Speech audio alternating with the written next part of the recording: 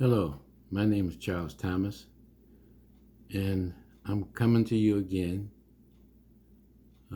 because I'm concerned about the environment in the black community and in the black churches from an economical perspective and, and our future of our generations not yet born. And it's, it's a travesty as what we've been through as a people. And my life as a child was dim because of the knowledge of self that was missing. And from the programming that I received from the community and the distraction that religion, Christianity has caused the black community, it has to stop. It must stop. If we are to move forward collectively as a people, there's some changes that has to happen in our community and in our individual selves as a people. Because what we're doing as a people is not working in this game of life that we are existing in. And as a child, coming from a meager background, my parents were not that educated. My life was bleak, working. All I had to do look forward with working in the factories or menial labor. The things that I've seen as a individual, it's almost like you're living an unreal life and there's no one to come along and say, look, what you're doing is not kosher, or it's not right, it's not beneficial, and you have no purpose or no direction. And then when you go to church and the psychological effect that is put upon you to worship the image of another man that has incarcerated you, enslaved you, imprisoned you, the psychological effect of that has taken its toll on the black community, and it has to stop. There's no reason for us to think that Jesus was a white man and that white man cares for you. I didn't start the color game. The color game started with white people. They said black, brown, all these other colors made you feel inferior and put down. I didn't do that to you. I'm just reflecting on how it has affected us as a people. So don't get mad at me. I'm just telling you what I feel and what messes me to the point where it causes anxiety and it causes me to search for a solution. And the solution that I found to the situation is that Christianity to black people is anti-Christ, the way the King James expresses it to us. The problem that I see is that Christianity, or the King James Version, does everything that Moses said not to do. They don't believe in the law, and Jesus was not a white man. Jesus was a Hebrew, that was up against religious people. And it's plain to see if you understand the Bible. And if you believed in Jesus the way that they treated Jesus, you shouldn't have no respect for a person that would treat the person that you love so much the way that they treat him. And that person, you would make them, if you believed and loved Jesus like we claim we do, we would force them to admit to the guilt of killing a righteous man. But because we don't believe in it, we are stuck on religious ideology and not truth. You are a victim of another man's scheme to keep you on the path of confusion. Because the Old Testament plainly reflects on the law. And there's no lukewarm. And white America wants you to think that Moses, Abraham, and everybody in the Old Testament were involved in religion. They were not involved in religion. They were involved in the laws of the covenant. And Moses wrote the first 5 books explaining specifically what not to do to break this covenant. And if you break the covenant, you'll be accursed and under the influence of another person worshiping their gods. So that alone tells you that we have broke the covenant. And that takes me to my book that I published. And I called the book The Act, a covenant transformation. It's right here. And I tried to explain the difference between a covenant way of life and a religious way of life. And the Bible explains the difference. If you are under religion, you worship the image of another man or another God. And that's a no-no. It's just simple. So you are out of the law. So you suffer. It ain't nothing spooky about that. You do not worship anything other than this covenant. The covenant is the path that God set you on. So if you choose anything other than the covenant, then you choose to be hurt or suffer. That's not complicated. It's not complicated, it's simple. So you have to ask yourself if you want to live a sinful or painful life, or if you want protection. And protection is the promise, and it don't change. Religion change. And any form of Christianity that you get involved in, you have to deal with the psychological effect of that white image of Jesus. You have to. That's what they promote. And that's what the black preachers in the community, I'll call them snake charmers, they'll get you inside this church, they'll sing this music to you to get you all spiritually hyped up, and then they'll throw that psychological white image upon you.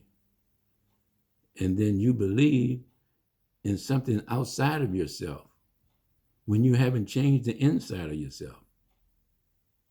You know? And I come to understand this simply because I know I read literature from Warp D. Muhammad. I study his lectures, and I look at the lifestyle of Malcolm X, E.B. Du Bois, Marcus Garvey, and all of them tell you that you need economics. You need unity. You need to work together. You need to love one another. You're not a color. Stop trying to be a color. Be a melanin man. You don't know how important your melanin is. And if you like this conversation, give me a thumbs up, because I'm going to be doing more of these tapes, and I'm going to send you to my books, The Covenant, The Act, and compare it with Religion and the Covenant, the comparison. And the other book, Self-Hate, what the black church is doing to the black community. These black preachers are out for themselves. They're working for the enemy. The King James Version is kryptonite to you and I. It forces us to go to sleep. So what I'm trying to do is the book that they use to put us to sleep is the same book that's going to be used to wake you up. If you love Moses, if you love Abraham, Isaac, all those prophets, they specifically talked about the covenant. Now, King James Version came along 500 years or 400 years after Christ, after this Hebrew person. And if you follow Melchizedek from Abraham all the way up to Christ, you'll understand. You'll understand that things that are missing in our lives is because that we are not true to the covenant. And there's another book out there too, the Kabbalah. The Kabbalah tells you about your melanin. And black people have 10 senses, and non-melanin people have 5 senses. And this book explains that. You have to understand you were created from the universe. You are the original people that God made. Your melanin connects you to the universe. It is a part of the universe.